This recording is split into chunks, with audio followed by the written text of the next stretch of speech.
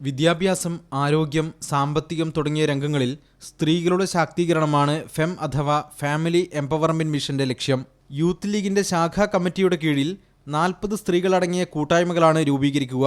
Youth ലീഗിൻ്റെ ഏറ്റവും താഴെ തട്ടിലുള്ള യൂണിറ്റിന് കീഴിൽ സ്ത്രീകൾക്ക് ഓരോ മാസവും വന്നിരുന്ന് ചേരാനും അവർക്ക് അവരുടേതായ പ്രശ്നങ്ങൾ പങ്കുവെക്കാനും സമൂഹത്തിൽ ഇടപെടൽ നടത്താനും അതോടൊപ്പം തന്നെ സ്ത്രീകളിലൊക്കെ എല്ലാവരിലും ഓരോ കഴിവുകളുണ്ട്.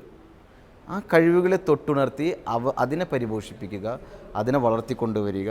ഇതാണ് youth league family empowerment mission എന്ന് പറയുന്ന ഈ സംരംഭത്തിലൂടെ ഉദ്ദേശിക്കുന്നത്. ഫെമ്മിന്റെ ഓരോ യൂണിറ്റിനും 3 ഭാരവാഹികൾ വീതം ഉണ്ടാകുമെങ്കിലും മേൽഘടകങ്ങൾ ഉണ്ടാകില്ല.